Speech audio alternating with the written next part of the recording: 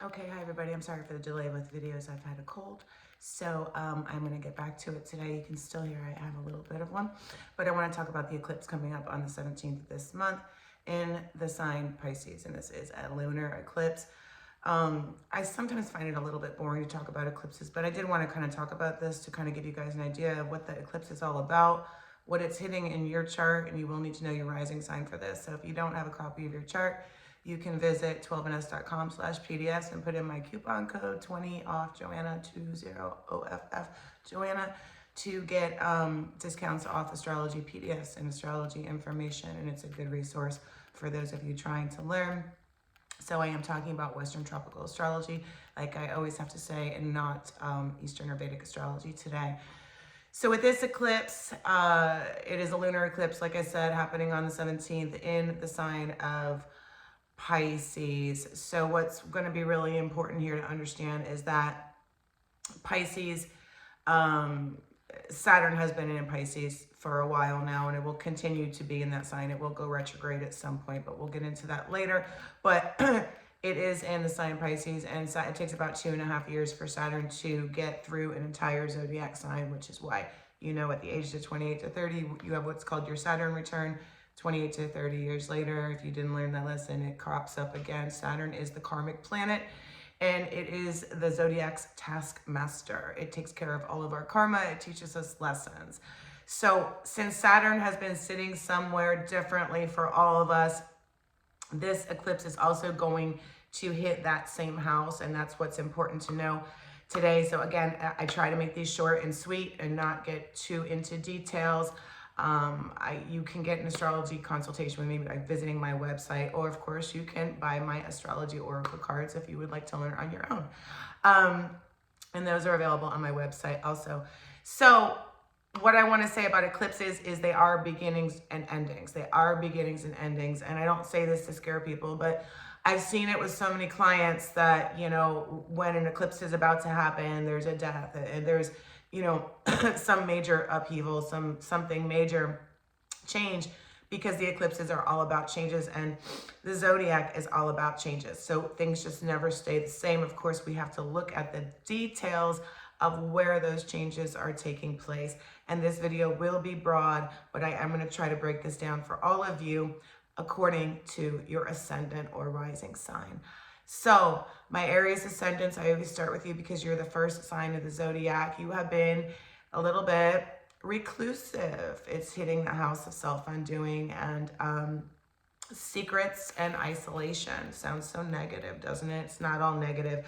Although it is the house of addictions, it's also the house of spirituality and the house of the artist, the creative, and intuitive ability in general. So although you've been sitting at home pondering the meaning of life, not really feeling like maybe being around other people, of course I'd have to look at the whole chart like I always say for each one of you individually, but this is a broad summary. This eclipse is going to change things and expect changes. You might be feeling it now, but within the next 6 months you're definitely going to change it. We have another eclipse in the beginning of October.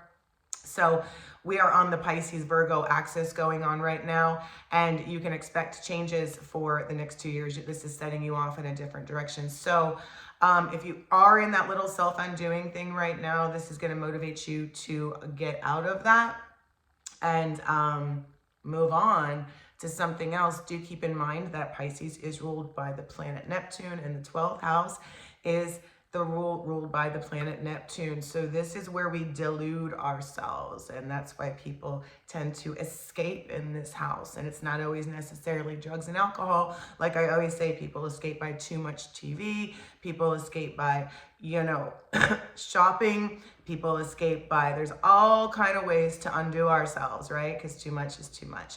So anyways, you want to look at this, look at your behavior, see where you're going wrong. This eclipse is going to trigger a change in this area. So my Taurus ascendants, you guys have been having problems. You got Saturn there up with friends and maybe having some problems with them. Maybe you don't even know like where you belong anymore, whatever. Maybe you're trying to get things started and not working. Saturn's slow. It teaches us patience. It's kind of a little bit of an annoying planet, you know what I mean? But it's very, very, especially for those of us who tend to be a little bit more impulsive, but it's a very slow planet. And you're going to learn the hard way with Saturn. So you might have seen that there's friends disappearing, stuff like that. This eclipse is going to trigger, again, that house and changes and new people coming in that house. I do want to say this, for many of you, you're going to see a friendship relationship end during this time. Sorry, like I said, I still have a cold. So that is going to happen. So if you're wondering, you know, like I'm all about free will, but sometimes destiny is just destiny, and the stars kind of guide us in that way. Some things just aren't meant to be in life, and that's okay.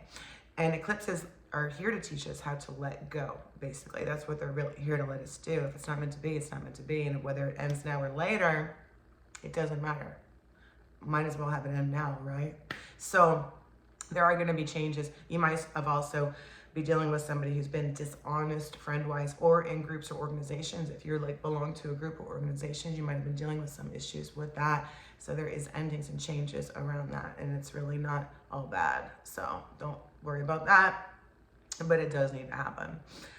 Gemini rising, you guys don't really know, like work has been, this is my Gemini rising, not sun, but work has been a little bit of a struggle. It seems like you don't know, there's just been delay. Saturn's been sitting up, you've probably been working hard. Saturn will make you work, that's for sure, but you're not seeing maybe necessarily the fruits of your labor, and that's frustrating. So this eclipse is going to change that, and there may, depending on your particular chart, be some more opportunities for creative work, because remember, Pisces and Neptune is creativity. So I always say Pisces and Neptune, in order to be a good manifestor, you have to have a strong Neptune and you have to have a strong Saturn, because Neptune is where our imagination is and Saturn is where our discipline is. So these two together, even though they're like seem like opposing forces, can actually work really well together if used correctly. So look at those new opportunities, but I also want to say there could be issues also with deception through the workplace. I don't know if you have a regular job or you're out in the public eye or whatever. There could be problems with clients. There could be problems with how the public perceives you, and there could be problems, and that's because Neptune is involved in this and Pisces is involved. So wherever Neptune touches, we get a little bit diluted, you know? It's kind of a mystical, glamorous planet, because you don't really like, it's like show business is very Neptunian, because, you know, what the reality is very different from what you see on TV or on stage or whatever. It's a very Neptunian career. So, and wherever Neptune touches, we're a little bit diluted. So you guys be careful up there with work. That's going to be really, really important. Cancer ascendants, you guys might have been like trying for a while, thinking about doing something new and learning something new, or even traveling abroad, and there could have been delays and those types of things. It just could have seemed so frustrating. This eclipse is going to change that, and there will be some more opportunities with that. But again, I always tell everybody to read the fine print, especially when we're dealing with Pisces or Neptune, because of the confusion that goes along with it. And there's a good amount of confusion that Neptune gives us. It's like you see things through rose-colored glasses, and then boom, Saturn comes in, and the reality hits us, right? It's going to happen eventually with Saturn. It just does. It's the way it is. So you guys will have some more opportunities for travel coming up within the next 2 years. Be thinking about that. And also you might want to get started with something with higher education, especially those of you who are interested in things like healing work, medicine, psychology, psychiatry, all very Neptunian 12th house type jobs. Entertainment is the same thing, as is mystical kind of work, and creative artistic work is all very Pisces and Neptune. Okay, so Leo rising, you guys, so like, have you been giving your money away? What are you doing with money? What are you doing with your resources? Because Saturn's over there hitting that 8th house and trying to say, okay, you got to be a little bit more careful in this area, who you're giving your money to, what they're doing with it, that kind of a thing. Are you saving for a rainy day, because it feels like sometimes lately you've been putting out more than you're getting in. So Saturn is asking you to look at this in a more practical way, because Saturn's very practical and they're trying to make you more practical in this area. Neptune's going to come in with a little bang and try to get you a little bit off, rock the boat a little bit, because Neptune is sometimes can be deception. So I wouldn't say to make any major huge investments right now, but I would say for you guys to start putting money towards something slowly, carefully, methodically, like Saturn wants us to do. And be careful with what you're doing with your money and who you're giving your money to, because Neptune is aspecting that house now. Virgo rising. So there's going to be changes in relationships. It's just going to happen. So, and I mean romantic relationships, but this could also be business partnerships as well, because that is, we are talking about everything with the 7th house, legal matters in general. You may have some issues with legal matters coming up, or there may be somebody close with you that's having legal issues and you're going to have to help this person out, or, you know, feel as though you should help this person out. I don't know, maybe it's a kid or something, but, we are talking about Neptune here. There's going to be a change in relationships. Now, because Saturn's going through here, now this can be like you solidify a relationship or whatever, but a lot of times what I see, and I'm not just trying to be negative, but is that you feel restricted in a relationship, or the person you're in a relationship with feels restricted. There's just something a little off. There's something a little off. We all like to feel free, right? So this could be a relationship where either the person's like, oh, I'm claustrophobic here, or you're feeling claustrophobic. In that situation, Neptune's going to come in and shake this up. So don't be, surprised if there's changes within the relationship. And let's watch out for arguments with that type of placement. Libra, you guys, it's all about really mostly, it could be about your small animals, your pets, because we're talking about the 6th house. It could be about your work environment, your co-workers, people you work with, if you're like an office person or something like that. But a lot of times it's about our health. So we're really, really, really trying. Now it's Neptune comes in, so we want to look at that 12th house. Like, what are your bad habits? What are you doing? Could be a variety of things, Sometimes with Neptune and Venus together and things like that, I see like too much sugar in the diet, and that can affect everything, your skin, your sleep, everything. So what is Saturn asking you of you guys right now, my Libra ascendants? It is to get your health in order. So when the eclipse comes in, sometimes if you haven't been working on it, you may not be feeling your best. You may not be feeling energetic, lively, everything else. So we want to go ahead and make sure for the next 6 months and the next 2 years, we make this a priority, okay, in your life. Not that everybody shouldn't, but for you guys specifically with what's going on. Scorpio ascendants. So there's been like such a stagnation, especially for you guys that work in the creative field, because it's 5th house. You want change, you want change, you want change. You're bored. Saturn's moving through it. This is going to be your opportunity for change coming in.